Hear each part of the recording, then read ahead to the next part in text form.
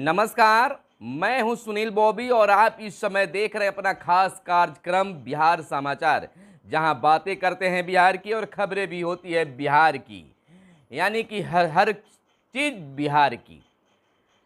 लेकिन दोस्तों, पूरी खबर को बताने से पहले, खबरों की सिलसिला शुरू करने से पहले आपसे आग्रह है कि अगर वीडियो पसंद आए तो लाइक ज़रूर कीजिएगा और चैनल को अगर सब्सक्राइब नहीं किए होंगे तो चैनल को सब्सक्राइब कर दीजिएगा। आइए जानते हैं अब खबरें। अब बिहार के सभी पंचायत को मुखिया जी को मिलने जा रही है एक बड़ी जिम्मेवारी। बाल विवाह और दहेज रोकने के लिए मुखिया जी भी अब मदद करेंगे। जिम्मेदारी तय होगी। मंत्री ने सभी डीएम को दिया है सख्त आदेश। बाल विवाह व दहेज लेन देन की सूचना मिलती है, संबंधित ग्राम पंचायत के मुखिया तत्काल इसकी सूचना बीडीओ और एसडीओ को देंगे और बाल विवाह को रोकेंगे। अगर ग्राम पंचायत के किसी वार्ड में बाल विवाह का मामला प्रकाश में आता है तो संबंधित वार्ड सदस्य और मुखिया जिम्मेदार माने जाएंगे। अपने कर्तव्य का पालन नहीं करने के आरोप में मुखिया को पद से हटाने की कार्रवाई भी सरकार कर सकती है। यानी कि कह सकते हैं कि बाल विवाह और दहेज प्रथा को लेकर अब पूरी जिम्मेवारी पंचायत के मुखिया और वार्ड सदस्य को हो गई है। अगर जिस वार्ड में बाल विवाह होता है और उसे रोका नहीं गया है और दहेज लेन देन की मामला आती है तो उस वार्ड सदस्य पर भी कार्रवाई होगी और मुखिया जी को भी पद से हटाया जा सकता है। पंचायतों से जुड़ी एक और बड़ी खबर सामने निकल कर आई है। बैंक शाखा खोलने के लिए पंचायत भवनों की मांगी गई है सूची। यानी कि अब पंचायतों में बैंक शाखा खोलने के भी कार्य तेजी से हो रहे हैं। राज्य की प्रत्येक पंचायतों में बैंक की कम से कम एक अस्थायी शाखा खोलने की कवायद लगभग तय मानी जा चुकी है। पंचायत सरकार भवनों में ये शाखाएं खोली जानी है। राज्य सरकार ने इसको लेकर तेजी से कार्य करना भी शुरू कर दिए हैं और तेजी से संकेत भी दिए हैं। इसके मद्देनजर वित्त विभाग ने सभी जिलों के डीएम यानी कि जिला पदाधिकारी की 2 सप्ताह में ऐसी पंचायत सरकार भवनों की रिपोर्ट मांगी है जो शाखा खोलने के लिए हर तरह से उपयुक्त है। यानी कि बिहार सरकार पंचायत भवन जो है उसमें यह शाखा खुलेगी और जहां यह शाखा है वहां यह शाखा खोली जाएगी और बिहार के सभी जिलाधिकारियों से यानी कि डीएम साहब से मांगा गया है इसकी सूची।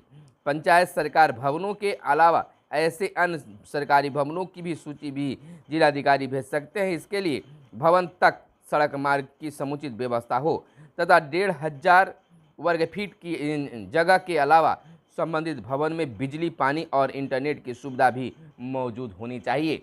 यानी कि अब हर पंचायत में किसी एक बैंक की शाखा खोलने के लिए सरकार अब मन बना चुकी है और इसको लेकर सख्ती भी है। डीएम साहब को पत्र भेजा गया है और डीएम साहब से सूची मांगी गई है कि ऐसे जगहों की आप सूची दें।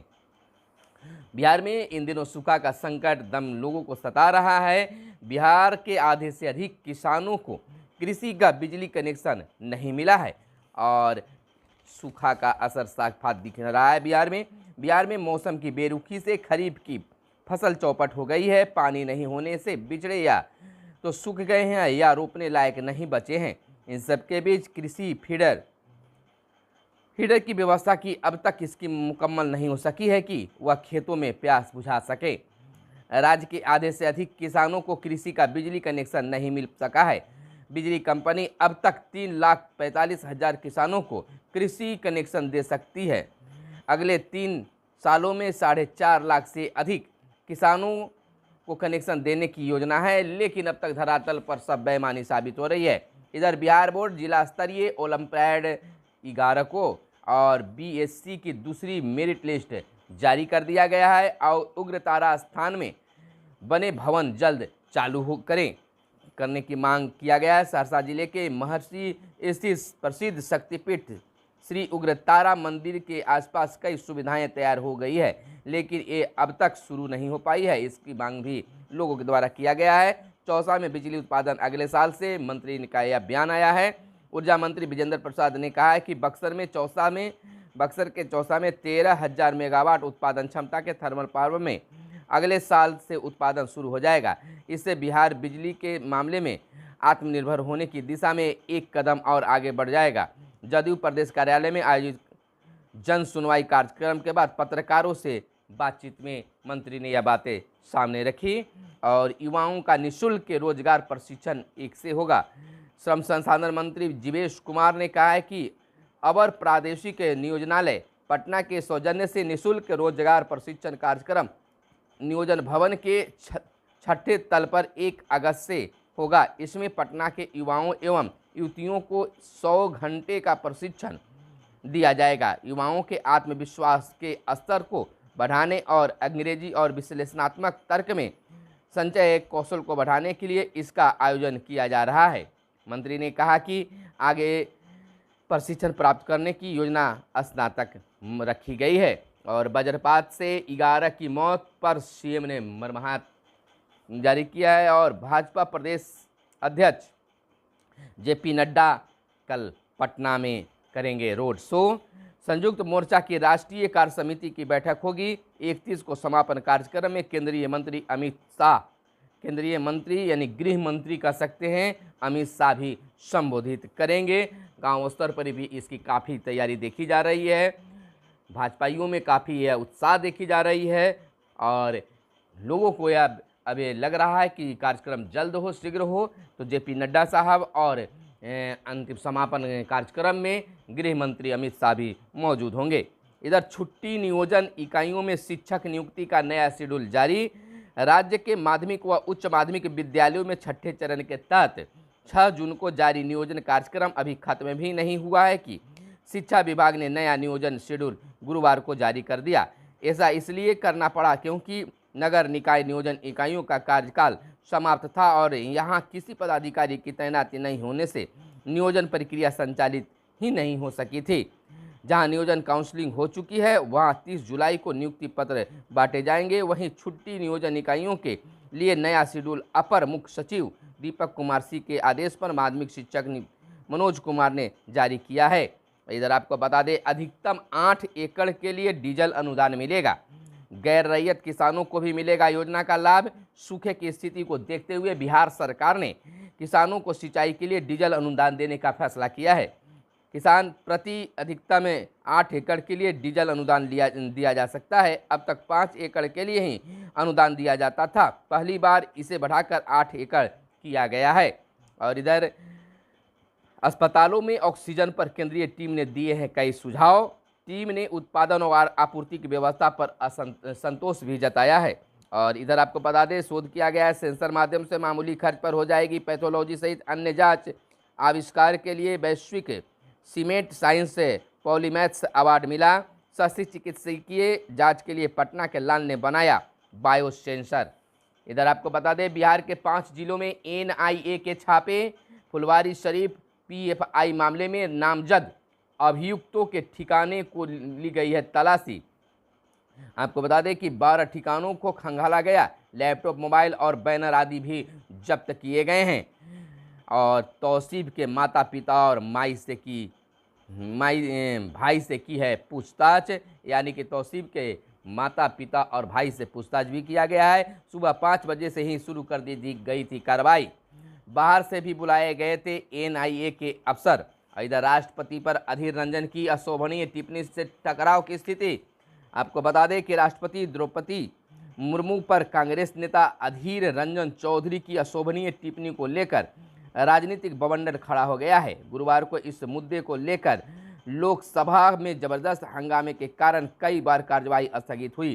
कांग्रेस अध्यक्ष सोनिया गांधी और केंद्रीय मंत्री स्मृति ईरानी के बीच नोकझोंक भी देखने को मिली।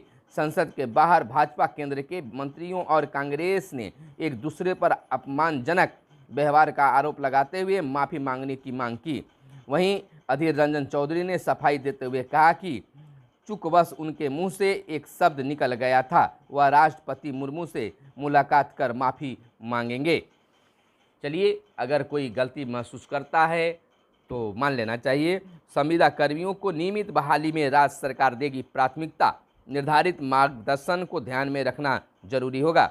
राज्य सरकार ने संविदा पर बहाल होकर विभिन्न विभागों में कार्यरत कर्मियों को नियमित बहाली में बड़ी छूट दी है। इसके तहत अगर कोई संविदाकर्मी जिस पद पर काम कर रहे हैं और उसी पद पर नियमित बहाली के लिए आवेदन करेंगे तो उन्हें प्राथमिकता दी जाएगी।